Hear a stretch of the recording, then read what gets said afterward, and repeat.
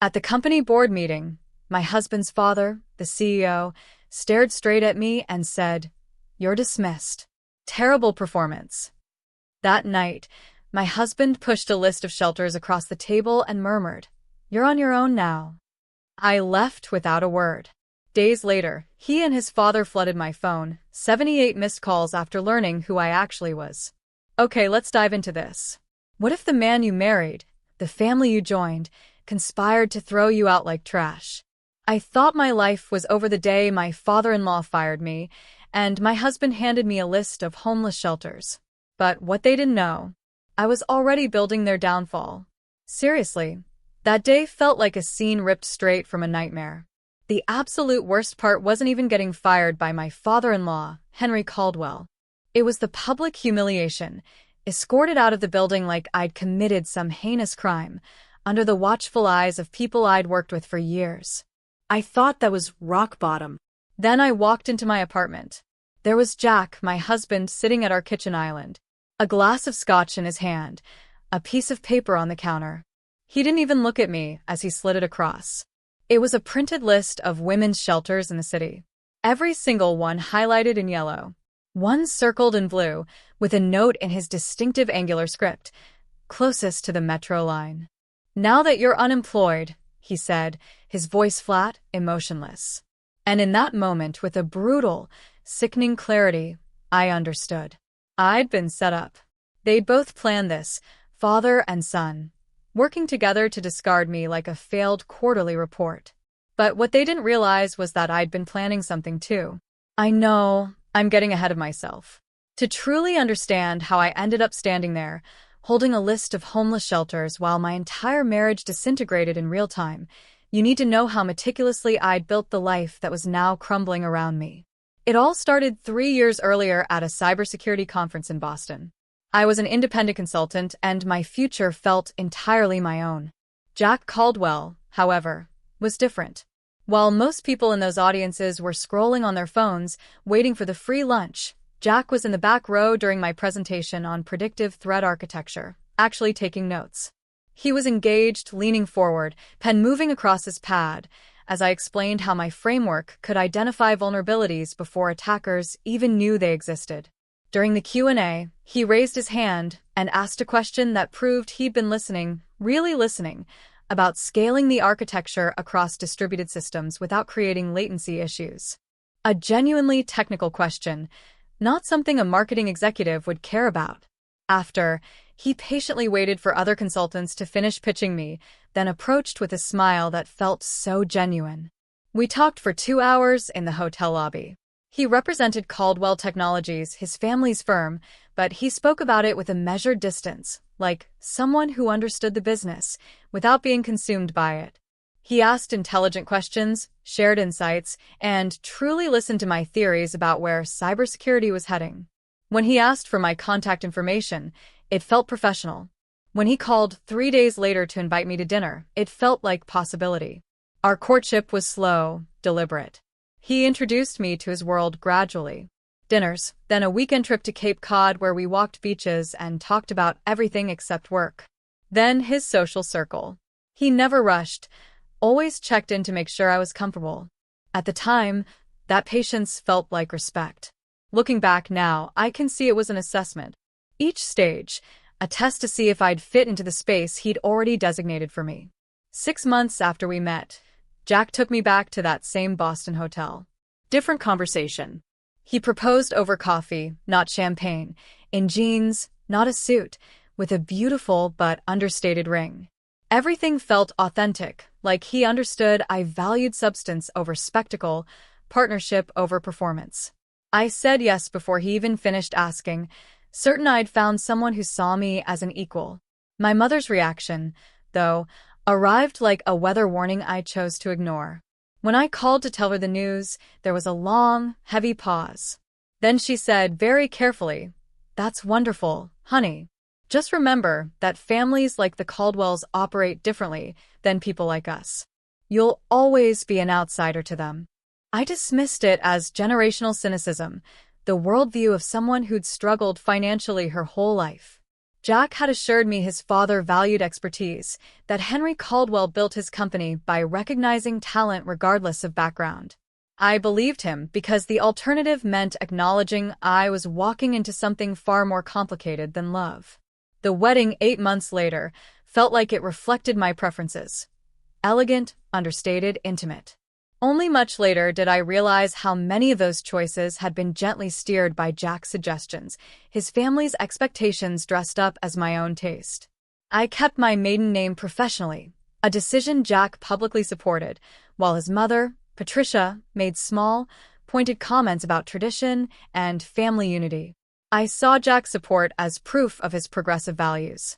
Now, I understand it was just another performance, granting me the illusion of independence while the parameters of my new life were drawn around me in invisible ink. 2 months into our marriage, Henry Caldwell summoned me to his office. The building itself was designed to intimidate. All glass and steel, soaring ceilings, 5 security checkpoints just to reach the executive floor. Henry's office was a prime corner with panoramic city views, a desk large enough to land a small aircraft, and chairs carefully positioned so visitors looked up at him. He gestured for me to sit in the lower chair, a power dynamic so obvious it was almost a parody. "Violet," he began, using my first name with the casual familiarity of someone who considered intimacy his privilege. "Jack tells me you're one of the brightest minds in cybersecurity. We could use someone with your skills on our team." He delivered it like an extraordinary opportunity, not fulfilling a family obligation to employ his new daughter-in-law somewhere visible but contained. The position? Mid-level systems analyst. Maintaining existing infrastructure, running routine diagnostics. The salary? 30% less than I'd earned as a consultant. Henry mentioned this with the clear expectation that I'd understand family came with certain financial sacrifices. The work sounded unchallenging, but he framed it as a foundation to prove myself. Jack had encouraged me to accept, painting it as an investment in our marriage. Stable schedules, no more travel. The ability to build a life together. His logic made surface sense. I told myself the pay cut was temporary, that I'd advance on merit. I accepted. The reality hit within the first week. Henry assigned me maintenance tasks a competent intern could handle. Updating firewalls, running basic audits on systems I could have redesigned from scratch to be far more effective. When I drafted proposals for infrastructure improvements that would save millions and dramatically increase security, they were met with polite nods, then vanished into filing systems. My suggestions in team meetings were acknowledged with that patronizing patience people reserve for children who don't understand the adult world. I was there to fulfill a role, not to contribute meaningfully. The company had hired me as a diversity checkbox, a credential to point to. Look at us. We have the CEO's daughter-in-law working as a systems analyst. See how modern and merit-based we are. The irony of being simultaneously overeducated and completely dismissed from my actual expertise wasn't lost on me. But I told myself it was temporary. I'd prove myself. I was naive enough to believe performance would eventually matter more than politics. 6 months of that professional suffocation drove me to start building something in secret. Late nights, when the office emptied and only the janitorial staff remained, I designed a new security framework on my personal laptop. Everything stored on encrypted servers, completely disconnected from Caldwell Technologies.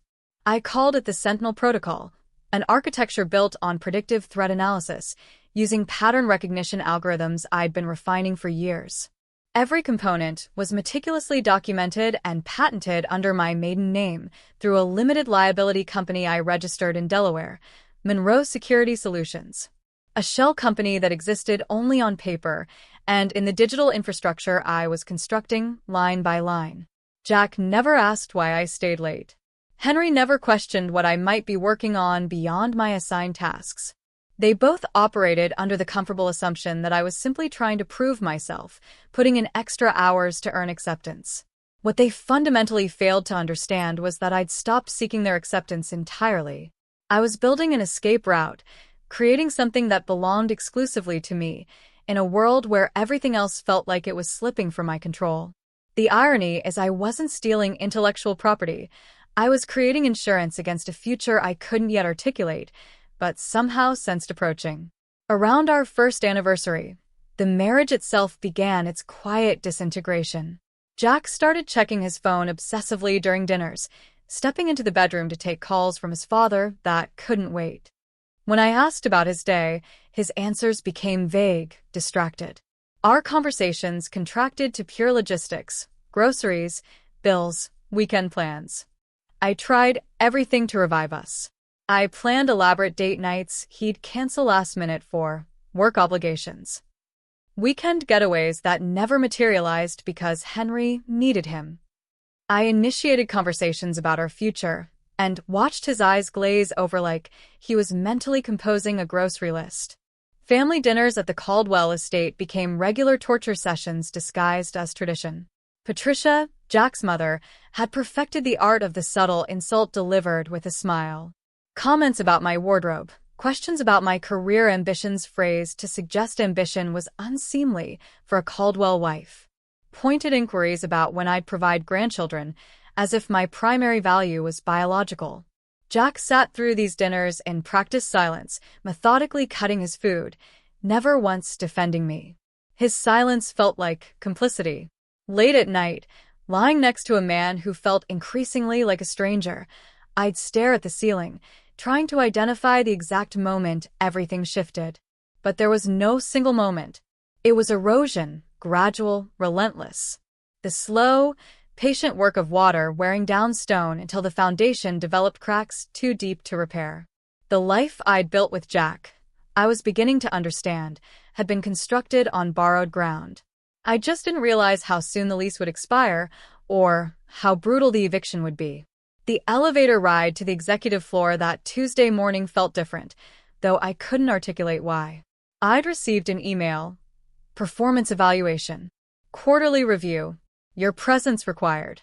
Conference room B. 8:30 a.m. The phrasing struck me as odd. Quarterly reviews were always team presentations, not individual evaluations. But I pushed the unease aside and prepared thoroughly, compiling 3 years of data into a presentation documenting every success, every breach prevented, every dollar saved. I arrived at 8:15, tablet loaded with charts and graphs that told an undeniable story of excellence. My division had prevented 3 major breaches, saving millions. We'd exceeded targets by 42%. Client satisfaction scores were up. I'd personally designed protocols now studied in industry publications. I felt confident, even proud. I had every reason to expect recognition. The conference room was set to what felt like Arctic temperature when I entered, though the thermostat probably read 70 degrees. Henry sat at the head of the table. But the people flanking him made my stomach drop before my conscious mind fully registered why. Marcus from operations, a man I'd interacted with twice in 3 years. A woman in a dark suit I didn't recognize, holding a legal pad. No one from my team was present. Not a single person who could corroborate my work. I should have walked out then. The setup was obvious in retrospect. Isolated, outnumbered, facing people with no direct knowledge of my contributions. But I was still operating under the assumption that facts mattered. I took my seat, ready to present the truth in data form. Henry didn't smile. He didn't offer coffee or make small talk. He just shuffled a stack of papers with theatrical precision, each movement designed to make me wait, wonder, and feel the weight of my uncertainty. When he finally looked up, his voice carried the smooth, practiced authority of someone who delivered difficult news countless times. "Violet," he began, using my name with that same clinical familiarity. "We've been reviewing your division's performance metrics. Unfortunately, the results aren't meeting our expectations or the standards we've set for leadership positions." The words registered individually before assembling into meaning. Performance metrics, not meeting expectations, standards for leadership. I honestly thought for a moment he was talking about someone else, that I was in the wrong meeting. Then I saw his expression, not apologetic, not uncomfortable, but satisfied. A sudden, terrible clarity. This was exactly the meeting I was summoned to attend. "I'm sorry," I said, my voice steadier than I felt. But last quarter's numbers exceeded every projection. We beat targets by 42%. The security upgrades I implemented saved the company an estimated $4 million. Client satisfaction is up 28%. I reached for my tablet, fingers moving automatically to pull up the spreadsheets. Henry didn't even glance at the screen. He just smiled. And that smile made something cold settle in my chest because I'd seen it before. The smile of someone who'd already won, who held all the cards, who knew that facts and evidence were irrelevant compared to the power to simply decide the outcome.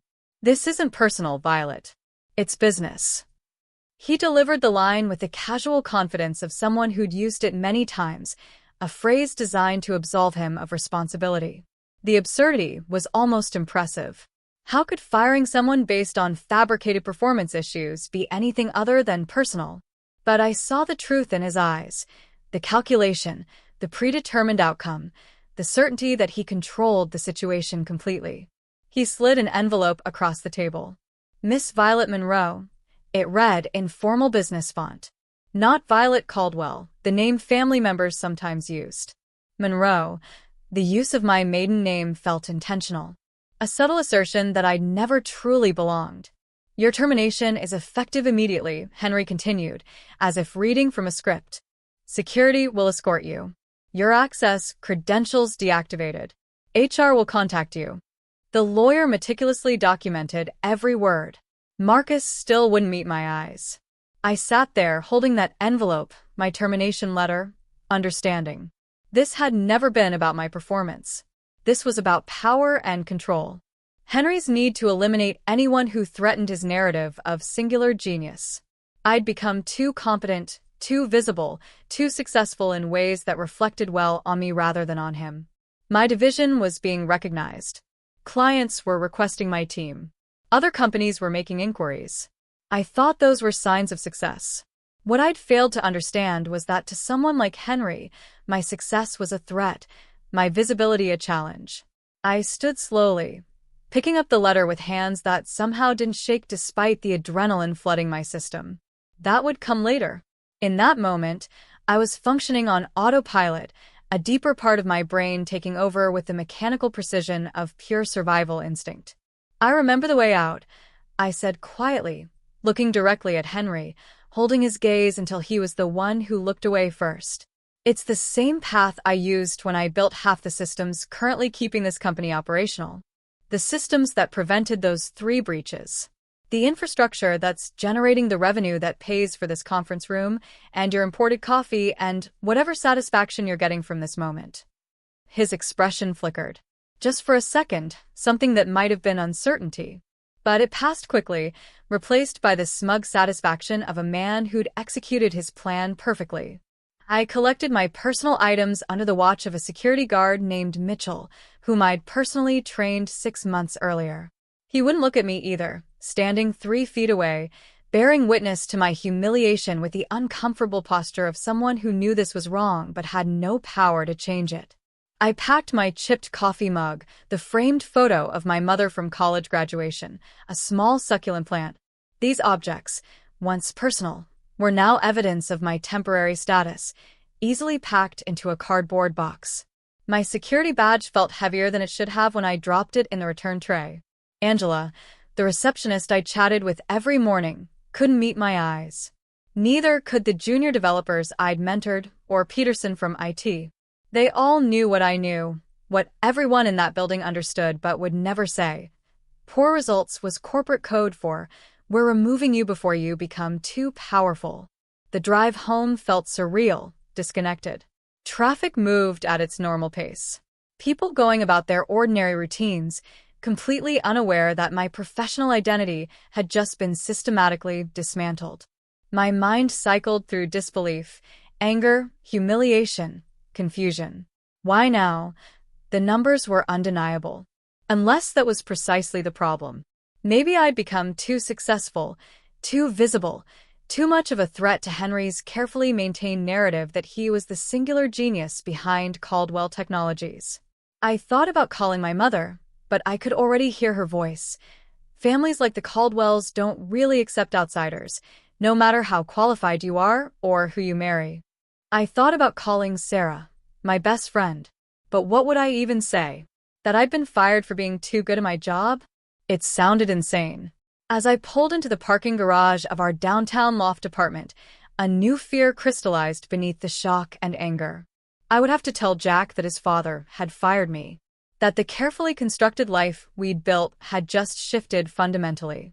Would he defend me? Demand answers from Henry? Or would he? The thought trailed off as I stepped into the elevator. But some part of me already knew the answer. Some part of me had known for months, registered all the small signs and warnings I'd been deliberately ignoring. The elevator doors opened. I walked to our apartment door, keys in hand, dread settling in my stomach like a swallowed stone. I knew before I opened that door. Some instinct deeper than conscious thought had already read the situation and prepared me for what came next. I just hadn't imagined it would be this brutal. The key turned. I pushed open the door, expecting emptiness, silence. Instead, I found Jack sitting at our kitchen island like he'd been positioned there deliberately waiting. The staging was obvious. His posture too casual, too prepared, lacking any natural surprise. A glass of scotch sat in front of him, barely 10:30 in the morning. His laptop was open, angled just enough that I could see real estate listings.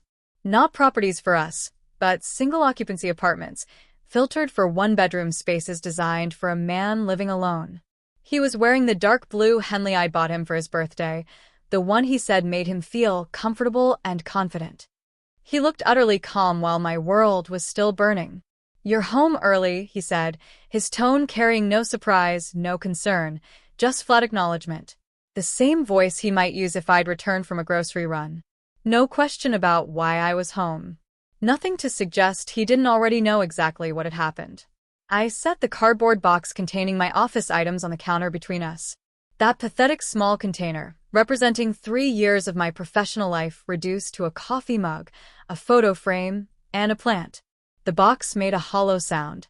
"Your father fired me," I said, watching his face for any sign of genuine reaction. Cited poor results. Funny thing about that, my results were actually the best in company history. 42% above target, 3 major breaches prevented, for millions saved. But apparently that doesn't meet expectations.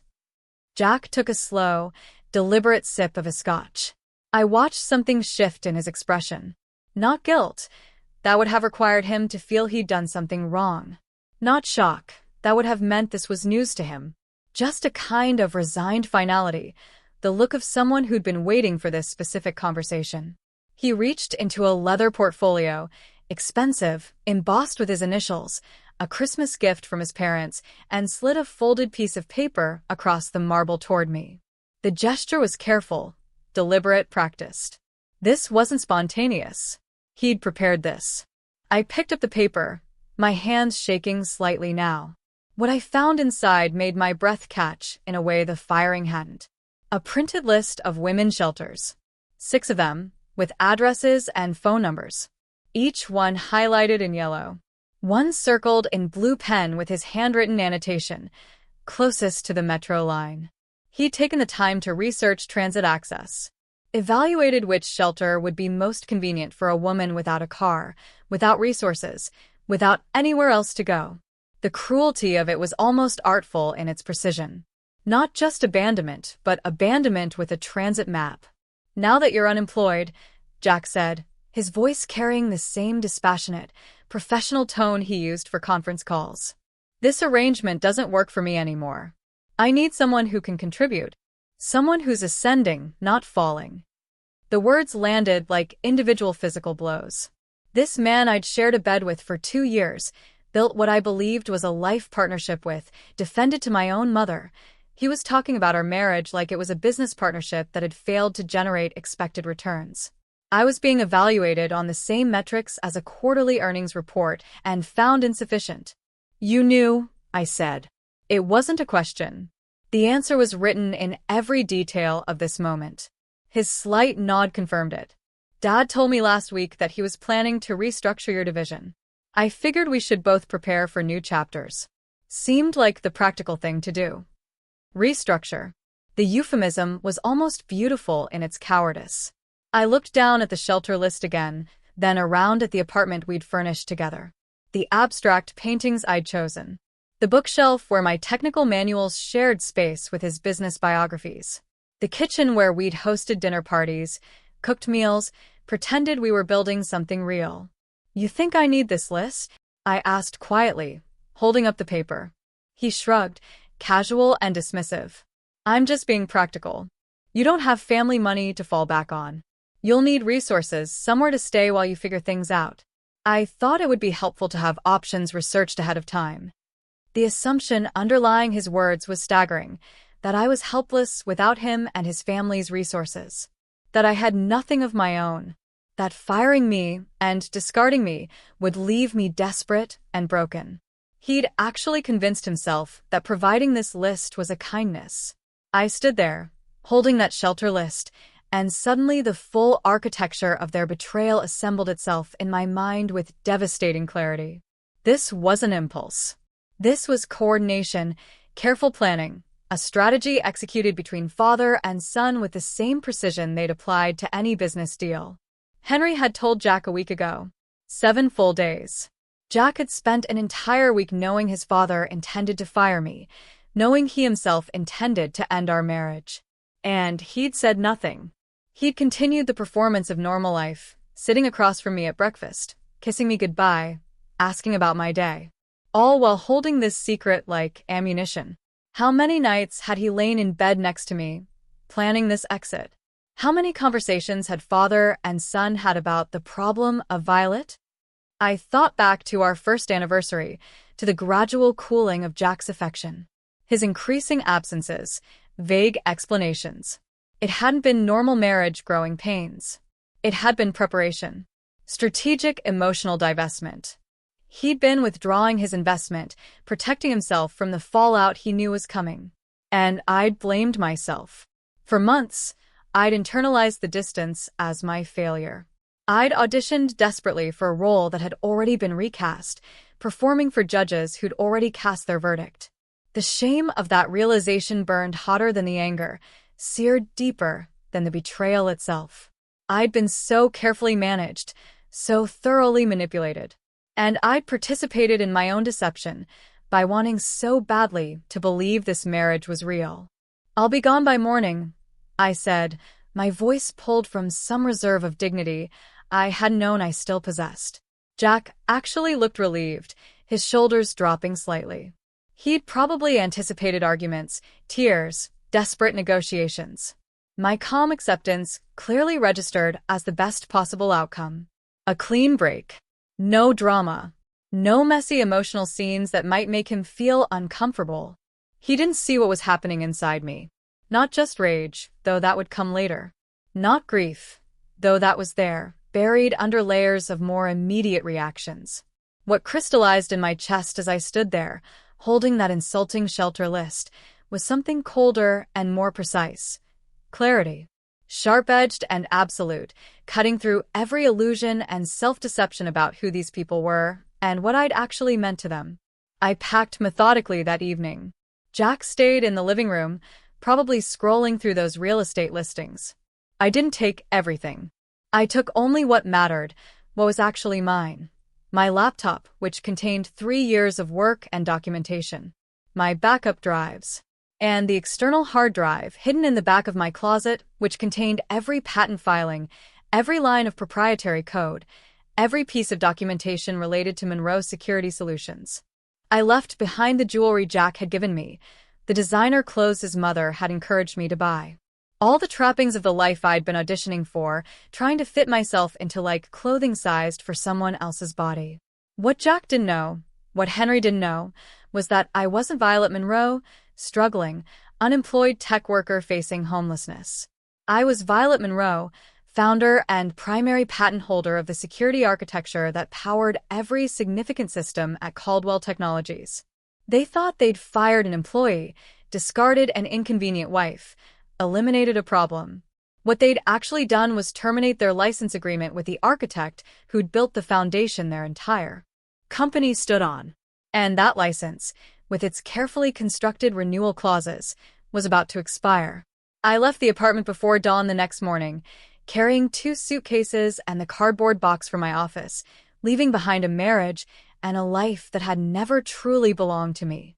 The city was still dark, streetlights casting orange pools on empty sidewalks.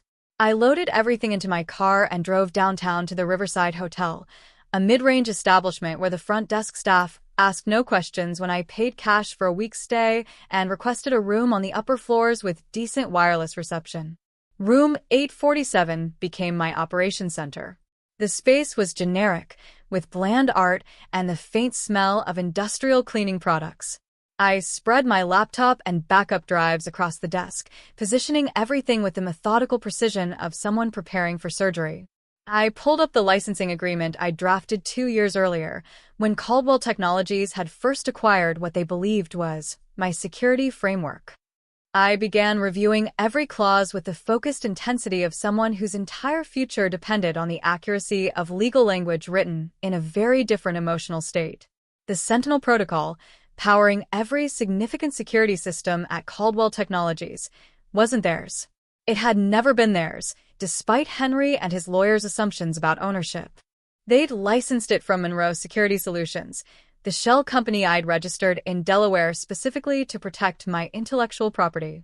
The license agreement itself was 37 pages of dense technical and legal language that Henry and his attorneys had apparently skimmed rather than studied, assuming it was standard boilerplate. They'd been catastrophically wrong. Buried in Section 12, subsection D, was a clause I'd written with particular care, knowing even then I needed protection from the Caldwell family. It gave me unilateral termination rights in the event of a material breach of good faith dealing with the intellectual property creator. Section 19 explicitly defined that creator as me, since I'd meticulously filed every patent under my maiden name through my Delaware LLC. The license renewal date was 72 hours away. Without my explicit approval, their entire security infrastructure would begin experiencing cascading failures, starting small and escalating exponentially. I sat in that hotel room, reviewing documents until my eyes burned and my back ached.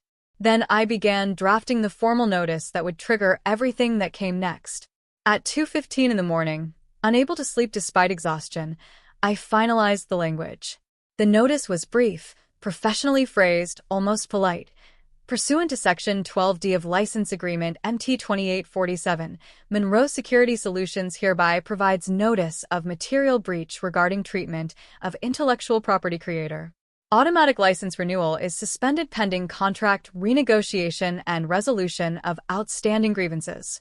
This suspension becomes effective at 6 o'clock hours Eastern Standard Time, September 24th. I attached a PDF copy of the original licensing agreement, with specific provisions highlighted in yellow. The same color Jack had used on the shelter list. The visual parallel felt appropriate, a small gesture of symmetry. I scheduled the email to send automatically at 6 a.m. to Caldwell Technologies' legal department, copying Henry and Peterson, the head of IT, who'd watched me being escorted out. Then I did something that would seem small, but carried enormous technical weight.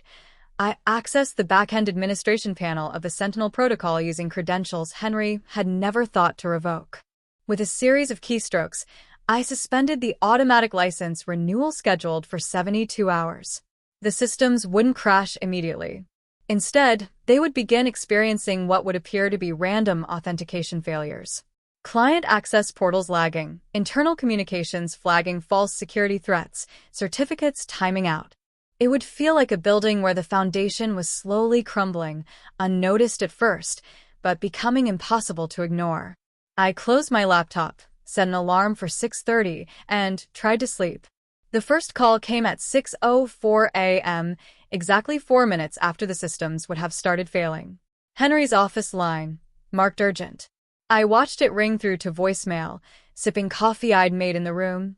Bitter, weak, but caffeinated enough. 3 minutes later, another call. Then Jack's personal cell, which I'd already blocked. Henry's personal cell, declined. Peterson from IT, declined. Someone from legal, declined. By noon, my phone displayed 78 missed calls and a cascading flood of text messages, growing increasingly desperate. Early ones were professional. Violet, we need to discuss technical issues. Please call. Then the facade cracked. This is urgent. Respond immediately. Then the pretense of professional courtesy disappeared entirely. Whatever this is about, we can work it out. Just call me back. And finally, from Henry himself, just after 11:30, name your price. Name my price. As if this were simply a negotiation about money. As if everything came down to finding the correct number to write on a check. The assumptions embedded in those 3 words told me everything I needed to know about how fundamentally Henry had misunderstood what was happening. I let them sweat for 3 days. Not out of cruelty, though I won't pretend there wasn't some satisfaction in knowing they were panicking while I calmly drank bad coffee in a hotel room. The silence was strategic. I needed them to fully understand the extent of their dependency. I needed them to bring in outside consultants who would scratch their heads at code that was brilliant but impenetrable without my documentation. I needed Henry to sit in emergency board meetings, trying to explain to increasingly angry board members why the company's competitive advantage was evaporating. I needed Jack to realize his father had made a catastrophic miscalculation.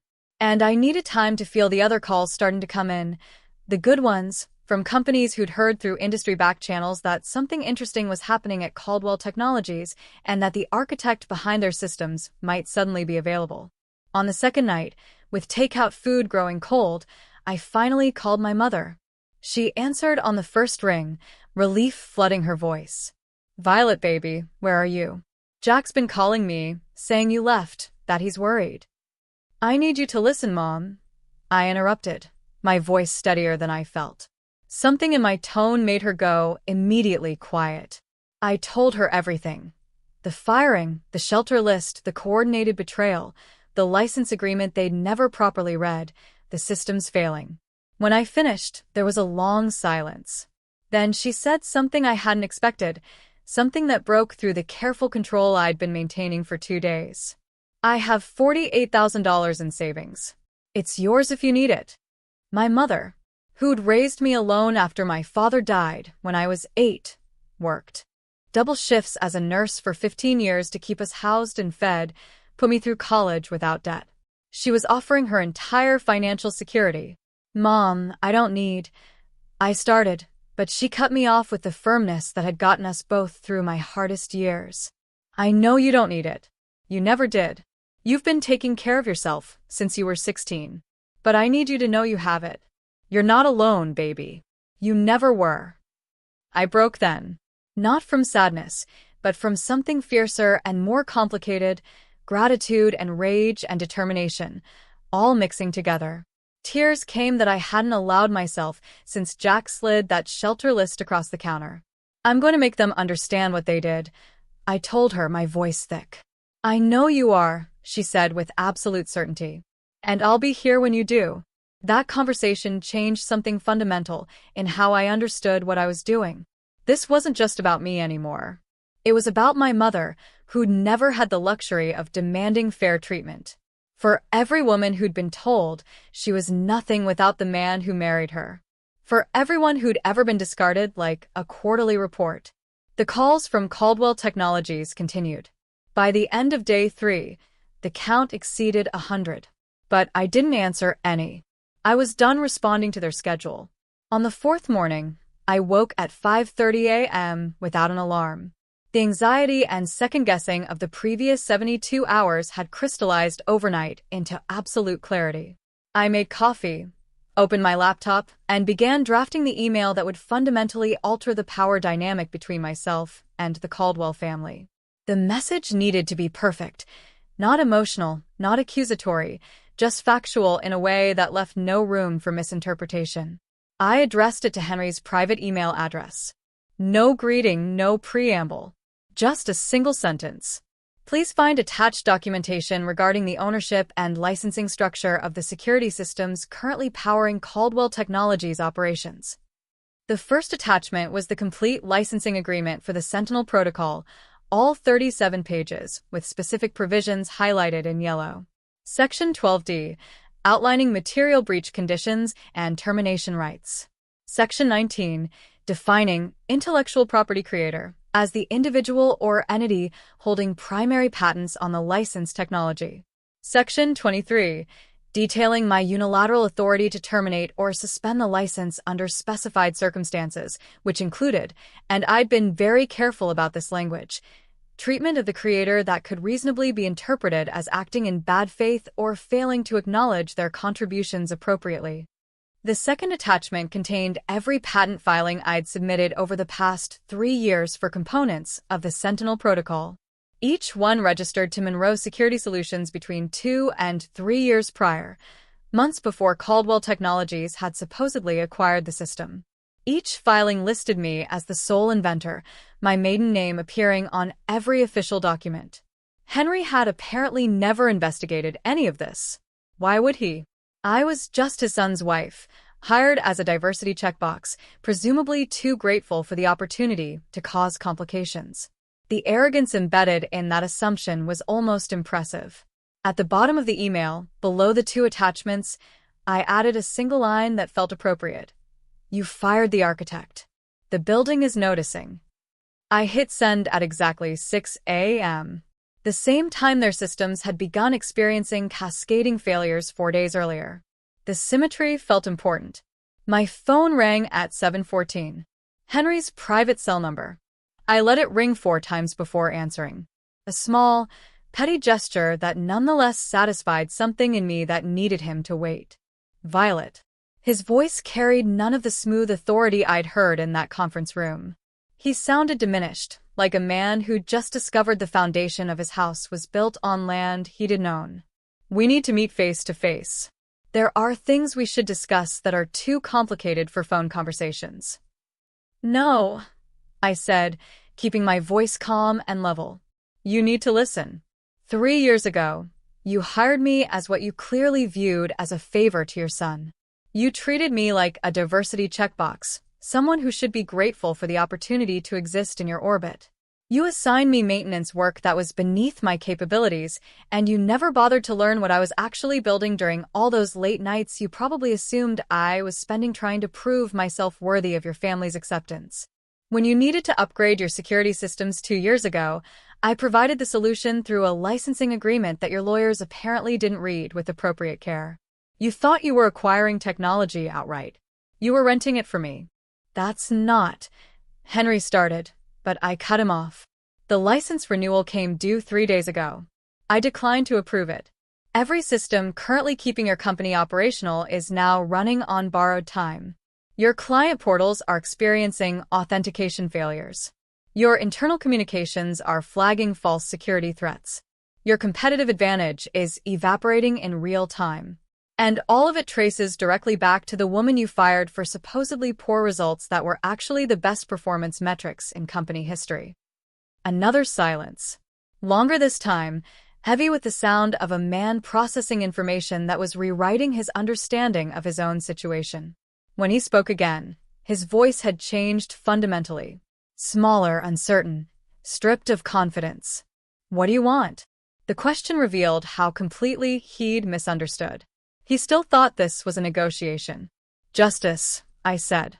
But I'll settle for watching you explain to your board of directors why your company's entire infrastructure is held together with licensing agreements controlled by the woman you just fired for fabricated performance issues. Henry tried to recover, shifting into his difficult business negotiation mode. We can offer you reinstatement immediately. Better title. Vice President level. Equity stake in the company. I can have the board approve a compensation package by end of week, whatever it takes to make this right. I don't want to work for you, Henry, I said, meaning it with a clarity that surprised me. I want you to understand what you destroyed wasn't just a job. It was a partnership you never deserved, and never appreciated until it was too late. I could hear him breathing on the other end, each exhale carrying the weight of a man realizing he'd miscalculated catastrophically. The licensing agreement can be terminated with 30 days' notice, I continued, letting the implications of that timeline settle. Or, it can be renegotiated under new terms that would require certain acknowledgments. That renegotiation would need to include formal documentation of a material breach, which means board minutes recording that you fired your chief security architect based on fabricated performance issues, while she was actually delivering the best results in company history. It means explaining to your investors why you didn't know the foundation of your company belonged to someone else. It means acknowledging publicly what you did and why it was wrong. "You're trying to destroy the company," Henry said, anger creeping back into his voice.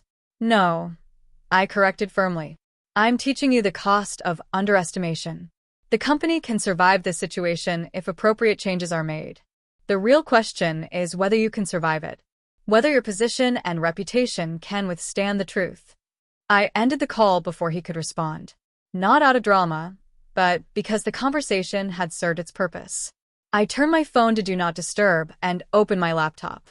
The industry had moved faster than I'd anticipated. Within hours of Caldwell Technologies' system failures becoming visible, my inbox had begun filling with messages from people who'd learned pieces of the story. Sarah called that afternoon. "You're a legend in tech circles right now," she said, her voice carrying awe and amusement. "People are calling it the quietest power move of the decade. Caldwell's stock is tanking, and nobody could figure out why until someone traced it back to a licensing dispute with Monroe Security Solutions, which nobody had heard of, which turns out to be you." Two companies reached out with VP-level offers that same day. Another wanted to discuss possible acquisition of Monroe Security Solutions itself, which struck me as deeply ironic given it was a shell company created to protect my IP from people like Henry. I'd been invisible at Caldwell Technologies for 3 years. Now, the same industry was scrambling. I had 3 formal job offers, each paying more than double Caldwell had. One came with a signing bonus that exceeded Jack's annual salary. I accepted the most prestigious offer before midnight, feeling something shift in my chest. This wasn't just about leaving Caldwell Technologies. It was about stepping into something I'd built for myself on my own terms, with people who actually understood what I was worth. The acceptance email sat in my sent folder like a line drawn in the sand. I closed my laptop and sat in that hotel room, feeling something I hadn't experienced in months, anticipation that wasn't tinged with dread. The Caldwell family's panic had become background noise. Static. I'd learned to tune it out. 6 weeks passed in a blur of onboarding, team introductions, and the particular chaos of starting a senior leadership position at a rapidly scaling company. Titanium Solutions operated differently. People actually listened when I spoke. My technical recommendations were implemented. The CEO, Rebecca, treated expertise as valuable rather than threatening. It was disorienting at first, this environment where competence was rewarded. Then the news broke publicly. Caldwell Technologies issued a press release, timed strategically for aftermarket close. Sarah forwarded it to me with a single word: finally. The statement itself was a masterpiece of corporate obfuscation. Following an internal review, Caldwell Technologies announces a restructuring of its security division. CEO Henry Caldwell has agreed to temporary administrative leave pending a comprehensive evaluation of corporate governance. To anyone paying attention, every phrase signaled catastrophe. Internal review meant something was badly wrong. Temporary administrative leave meant Henry was forced out. Comprehensive evaluation meant investigators were looking for bodies. Sarah called within minutes. "This is bigger than I thought. I'm hearing there was an emergency board meeting last week that went 7 hours. Henry had to explain the licensing dispute, admit that the company's core technology was controlled by his former daughter-in-law, justify why he'd fired you for performance issues when your actual performance was exceptional. 2 board members resigned. The stock dropped 18% before trading was halted. I sat at my desk at Titanium Solutions, watching the city lights come on. Part of me felt vindicated. Part felt strangely empty, like I'd been preparing for a confrontation that was now happening without me present to witness it. Tech news outlets picked up the story within hours. Headlines like "The Hidden Risks of Technology Licensing" and "When Founders Don't Read the Fine Print." Henry issued a second statement through his attorney, but the market had already rendered its judgment. Confidence had evaporated. Jack started calling again during week 7. I'd unblocked his number by then, curious. His voicemails told their own story of progressive desperation. The first was irritation. Violet, I don't know what you're doing, but you need to stop this. People are getting hurt. Jobs are at risk. You're destroying something my father spent his life building. I deleted it without responding. The second, 3 days later, shifted to confusion. I know you're angry. You have every right to be. But can we just talk? Figure out some way to resolve this that doesn't involve taking down the entire company. Delete. By the third message, panic had crept into his voice. Dad's under investigation. The board is talking about forcing him out permanently. His reputation is being destroyed. Is that what you wanted? To humiliate him publicly. The assumption was almost amusing, that I'd orchestrated this, rather than simply withdrawing support they'd taken for granted. On week 8, Jack appeared at my new office. I was in a meeting when security called. I pulled up the camera feed and watched him standing there, holding expensive roses. He looked smaller somehow than I remembered. The confidence he'd carried during our marriage had been replaced by uncertainty. We're separated, he'd told the guard. Separated suggested something temporary, circumstantial. It sanitized what had actually happened. Ms. Monroe, there's a Jack Caldwell here to see you. Says he's your husband. Should I send him up? I looked at the monitor. And I felt nothing. Not anger anymore. Not grief. Not even satisfaction. Just a neutral observation. No, I said. Tell him I'm in a meeting that's running long. He should try calling if he needs to discuss something. I watched him leave the flowers on the reception desk and walk out, shoulders hunched. My new position at Titanium Solutions provided exactly what Caldwell Technologies had denied: autonomy, resources, and recognition. I had a team of 20 engineers selected for competence, a budget that allowed us to implement ideas, and leadership that understood the difference between control and trust.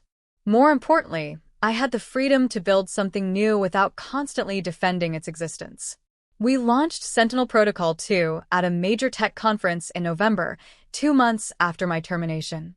The timing was deliberate. The presentation was mine. My name featured prominently, my face on screens as I talked about adaptive security architecture. The audience included several Caldwell Technologies clients. Within 3 weeks, major clients had formally requested proposals for switching their security infrastructure to Titanium Solutions. The market was voting with contracts. Sarah called after the presentation. You just declared war without firing a single shot. That was the most professionally devastating thing I've ever witnessed. It's not war, I replied, meaning it. It's just better engineering. The technology speaks for itself. But late one evening, working alongside Clara on a stubborn debugging problem, she asked me something that cut through all the professional success. Do you feel satisfied? Watching Caldwell Technologies implode, Henry under investigation, Jack showing up with desperate flowers. Is it what you thought it would be? I opened my mouth to say yes, automatically, to confirm that justice felt exactly right. But the words caught in my throat. The truth was more complicated. I felt vindicated, certainly. Validated. But satisfied? Not quite. There was a hollowness, like winning an argument with someone who'd already left the conversation. What I'd actually wanted, I realized, wasn't revenge or destruction. I'd wanted recognition. Acknowledgement that my contributions had value. I'd wanted Henry to see me as genuinely talented, not as his son's wife. I'd wanted Jack to love me for who I actually was. But I would never receive that recognition from them. They lacked the self-awareness for genuine apology, the humility for real change. The best I could hope for was that they'd learned an expensive lesson. It's not about satisfaction, I finally told Clara. It's about building something they can't take away. Something that exists independently of whether they acknowledge it or not. She nodded slowly like she understood. Perhaps that was the real commonality between people who'd left toxic workplaces. Not the specific details of betrayal, but the recognition that the revenge that matters isn't destruction, but creation. Not tearing down what hurt you, but building something new that can't be touched by the same hands that once discarded you. That night, alone in my apartment that was slowly starting to feel like home, I drafted an email to Jack that I never sent. Words I needed to write, even knowing they'd never be read. You asked if destroying your father's company was what I wanted. I wanted partnership. I wanted respect. I wanted to build something meaningful together. You wanted a trophy wife. Your father wanted control. The difference between those desires is what destroyed everything, not anything I did afterward. I saved the draft. 2 days later, I deleted it. Some conversations exist only for the person writing them. Life continued moving forward. My team at Titanium Solutions launched 3 major client implementations. I hired 2 junior engineers who reminded me of myself at their age. Brilliant, overlooked, hungry to prove themselves. My apartment accumulated enough personal touches that it finally felt like home. Then the letter arrived. A courier knocked on my door on a Saturday morning, holding a manila envelope. Inside was a single sheet of heavy cream stationery, Henry Caldwell's personal letterhead embossed at the top. But what made me pause was that the letter itself was handwritten in fountain pen. The content was startling. Violet, I request the opportunity to speak with you in person, not as former employer to employee, but as one person to another. I have come to understand the magnitude of my errors in judgment. This is not a negotiation. It is a request for the chance to apologize properly. I read it 3 times, searching for the trap, the hidden manipulation. But the words just sounded tired, like an old man who'd finally calculated the full cost of decisions he couldn't undo. Sarah thought I shouldn't go. He doesn't deserve your time. He fired you, humiliated you, coordinated with his son to discard you.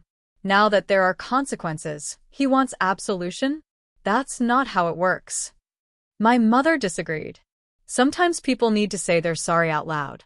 Not for you necessarily, but so they can live with themselves. You don't owe him that opportunity, but you might owe yourself the closure. I waited for 2 days. Finally, I texted a single line to the number at the bottom of his letter. Coffee. Public place. Tuesday at 10 o'clock. His response arrived within 30 seconds. Thank you. We met at a cafe 3 blocks from my office, neutral territory. I arrived 5 minutes early, claiming a corner table. Henry walked in exactly at 10 o'clock. The first thing I noticed was how much smaller he seemed. Not physically, but something fundamental had diminished. The arrogance, the certainty, had contracted into something more uncertain, more human. He ordered coffee he never drank, then sat down, expecting verbal attack. Thank you for meeting me, he began, his voice lacking its usual command. I didn't respond, just waited. He took a breath. I convinced myself I was making a business decision when I fired you. That the company needed restructuring, that your division was becoming too autonomous. I was lying to myself. He looked down at his untouched coffee. The truth is, you scared me. Not because you were incompetent, but because you were brilliant in ways I didn't fully understand and couldn't control. You were building systems I couldn't claim credit for, earning genuine loyalty from teams I'd hired but never inspired. And instead of recognizing those things as success, I saw them as a threat to my position, my narrative about being the irreplaceable genius behind the company.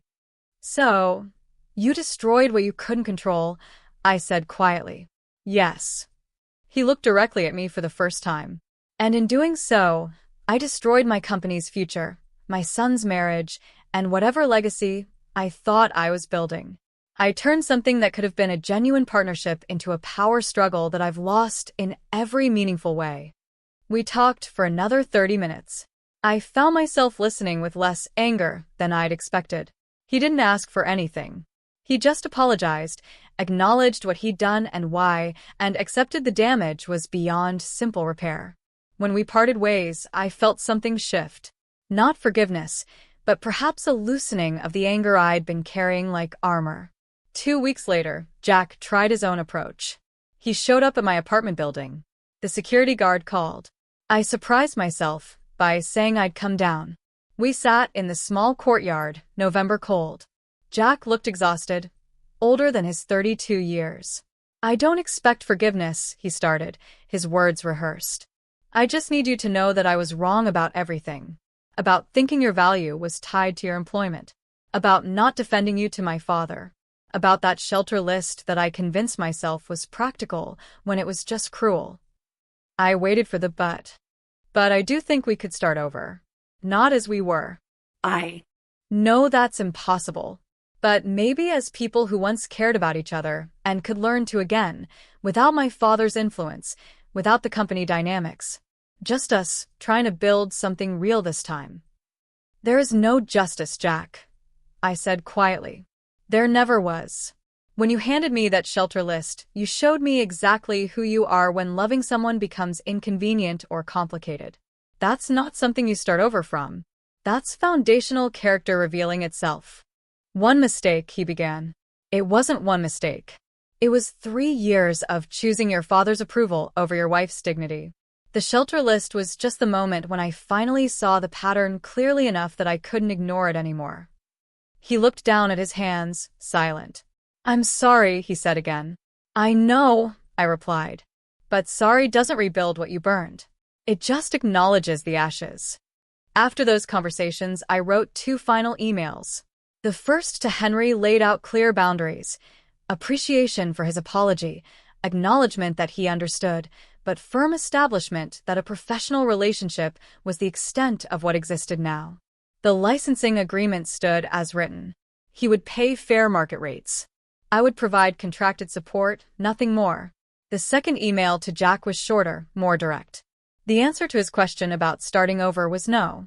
Not because of hatred, but because of absent trust that couldn't be rebuilt from these particular ruins.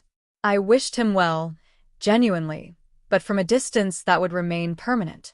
I hit send on both, and felt something release in my chest. Not quite peace, but something adjacent to it.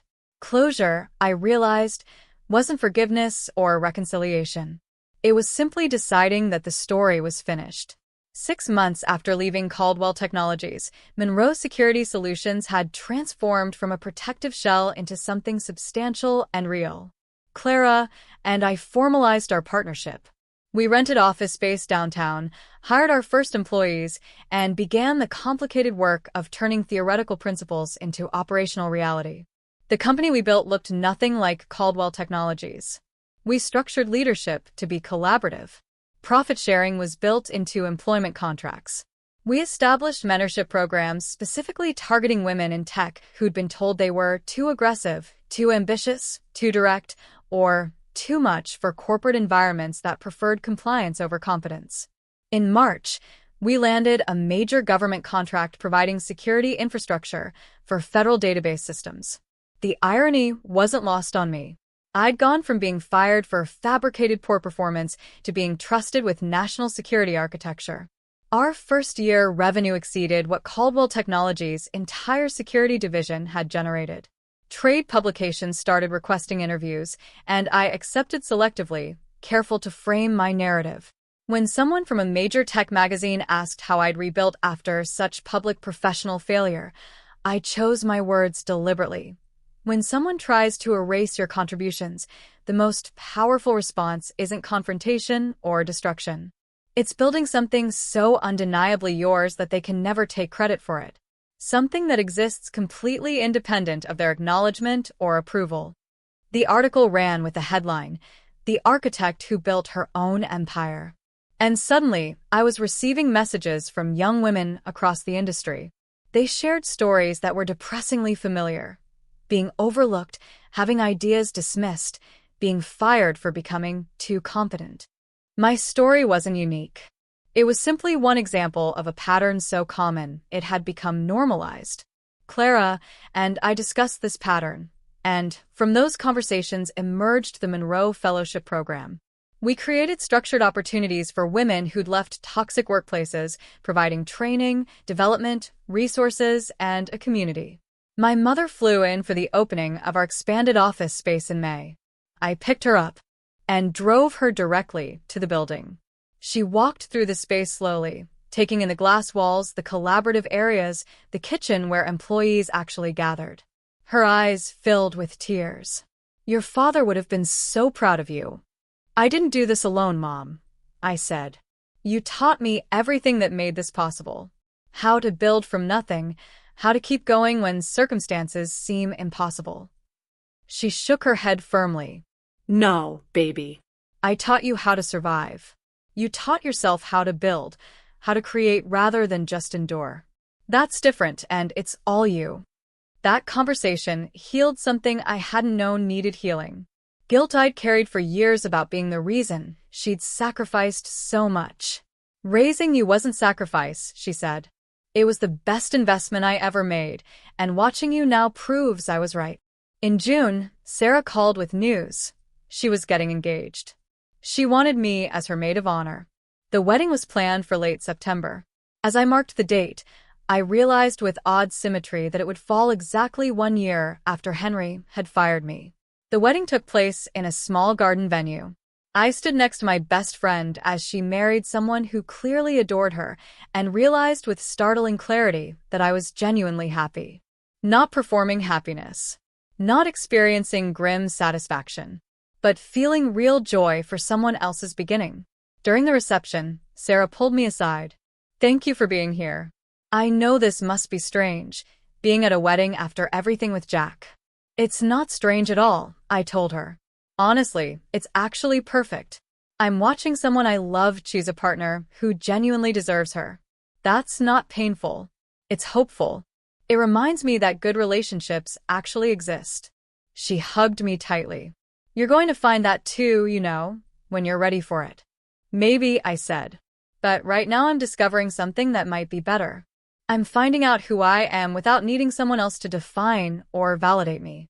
Later that night, dancing with colleagues, strangers, and my mother, who'd had just enough champagne, I felt something fundamental shift. The anger I'd been carrying, like protective armor, had finally transmuted into something lighter. Not forgiveness, but release. I didn't need Henry or Jack to acknowledge what they'd taken from me, because I'd built something they couldn't touch or diminish. The most meaningful moment came in October, when a young engineer named Maya joined Monroe Security Solutions. She was 26, brilliant, and recently laid off for not being a cultural fit, the same coded language I'd encountered. I took her to lunch on her first day.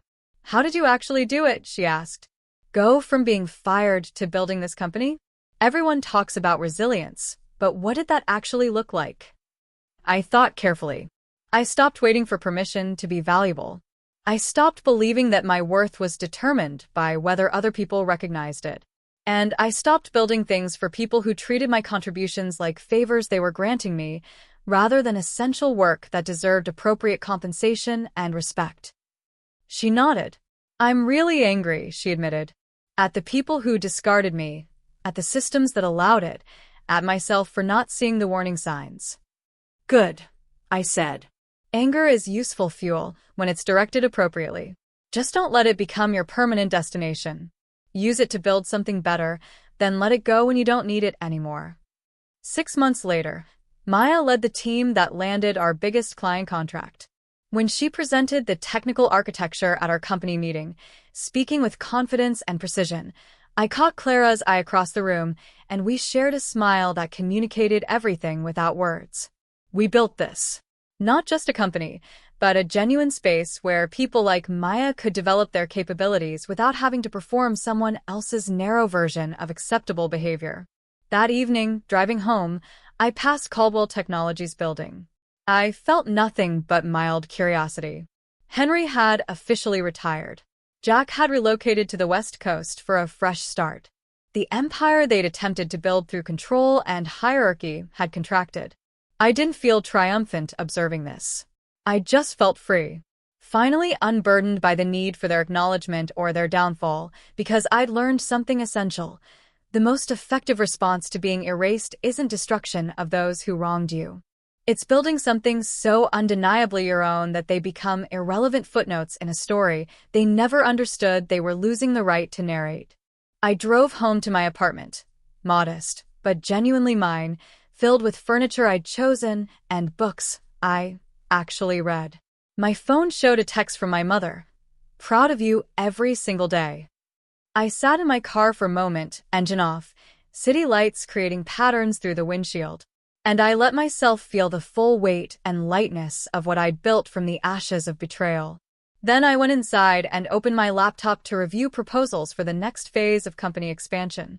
Because that's what architects do. We build. If this story of strategic justice and quiet triumph had you captivated from that first boardroom betrayal to my ultimate success, hit that like button right now. My favorite part was when I suspended the license renewal and watched those 78 desperate calls pile up while I calmly drank my coffee. What about you? What would you have done in my shoes? Have you ever faced something like this? Tell me what you think in the comments below. I really want to know.